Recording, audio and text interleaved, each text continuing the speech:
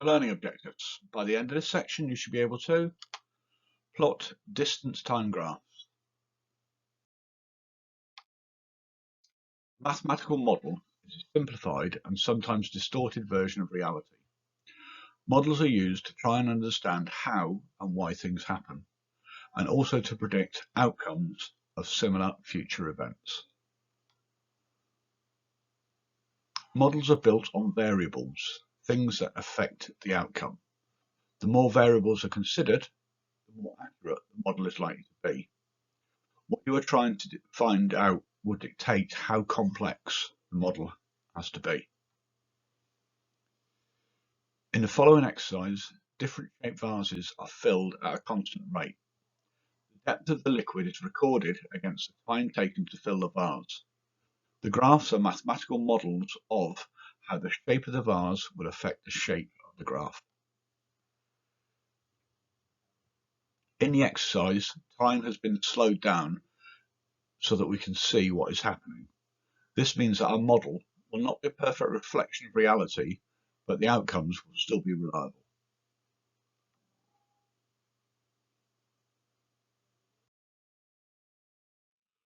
So here we have a tap and a vase, and as it fills, we can see the graph showing the depth.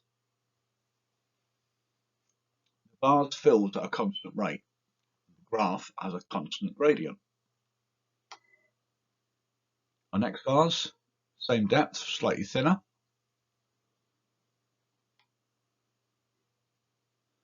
Again, as it fills, the graph shows the depth of the vase.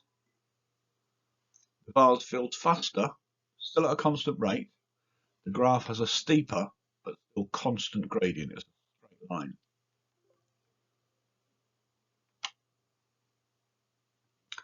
Have a little think now. What do you think the graph is going to look like for this?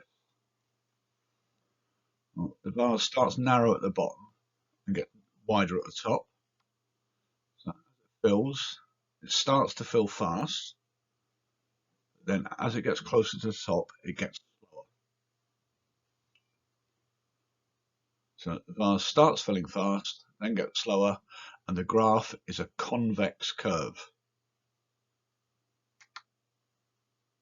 The next one, we start with a wide base and a narrow top.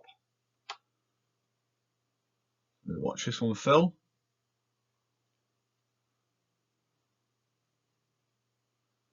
See the rate changes the closer it gets to the top. The vase fills slowly at first and then gets faster. The graph is a concave curve. And the last one, have a think about what you reckon the graph will look like for this.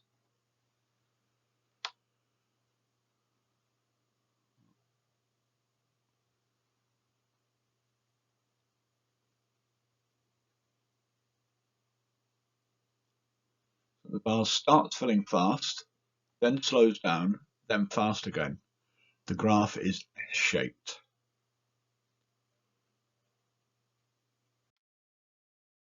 What I'd like you to do is just sketch a graph to show the change of depth of liquid. Shapes are filled at a constant rate. What would the graphs look like? So pause the video now, have a sketch of it, and once you've done that, come back and we'll compare them.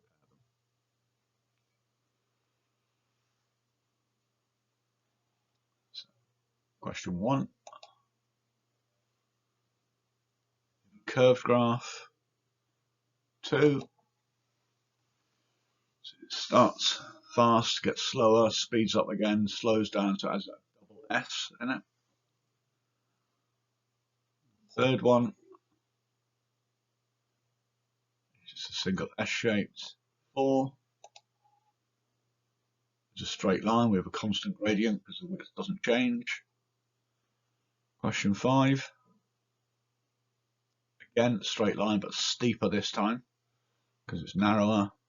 And finally, question 6, starts off curved and once it hits that tube at the top, it goes up at a constant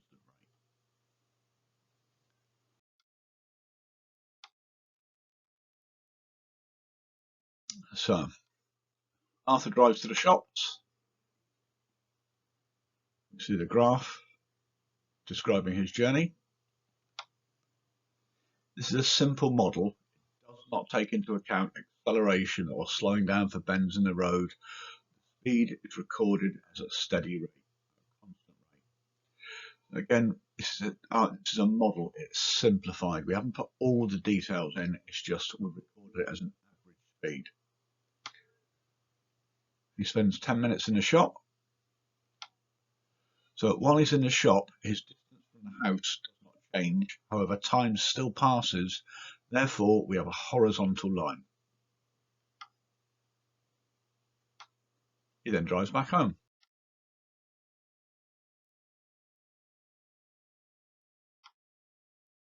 The vertical scale is distance from home, not distance travelled. Therefore, as he travels towards his home on the way back from the shop, the distance becomes less.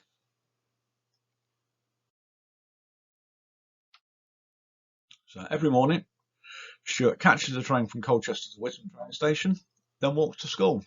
And there's Colchester, Witham station, and the school. The train leaves at 07:10 and takes 10 minutes to cover the 14-mile journey. He then has a 20-minute walk to school, which is 2 miles from the station. There he is, the train, gets to Witham, comes out of the station, and walks to the school. We see on the graph there, we've got 2 straight lines. Again, we've just recorded it as a constant speed, and the steeper the gradient, the faster the speed. So obviously the train went faster than he walked. There's a sudden heavy snowstorm. At 08:10, he is sent home. How long was he at school? Gotta love a snow day. He was there for 30 minutes. So that's our horizontal line depicting 30 minutes where his distance didn't change. It takes him 30 minutes to walk to the station, taking longer because it's snowing. There he goes, walking back to the station.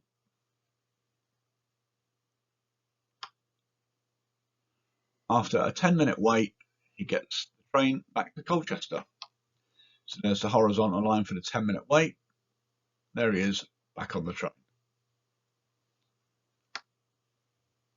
So the vertical scale on this graph is distance travelled. Therefore, the line never goes down. It's not recording his distance from Colchester, it's the actual distance he's travelled. The horizontal scale on this graph is time as read from the clock. So we're not just counting minutes, it's actually the time. So when we're doing the questions, look at them and just be sure that you know exactly what the question is asking. There's some questions, quite wordy, they generally are. You've got to pick out the information you want from it. Question 2, you have to work out some of it's not so obvious. Question 3, again, is you've got to look at it and find the information you want. So pause the video, draw 3 graphs. Once you've done it, come back and we'll check the answers.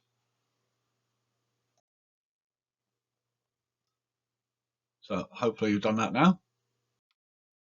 So that's the graph for question 1. Again, depending on your scale, it may look slightly different, but the shape is the same as that.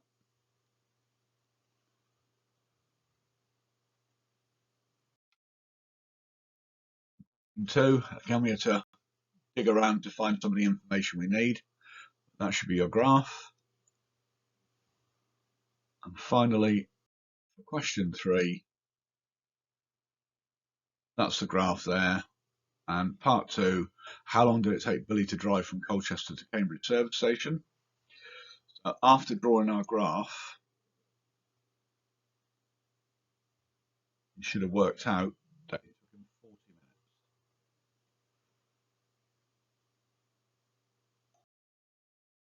So that's it for distance time graphs or for plotting them. Hopefully you found it useful. Shouldn't have been too challenging. If you did struggle on anything, go back, play the video again and go through the exercises.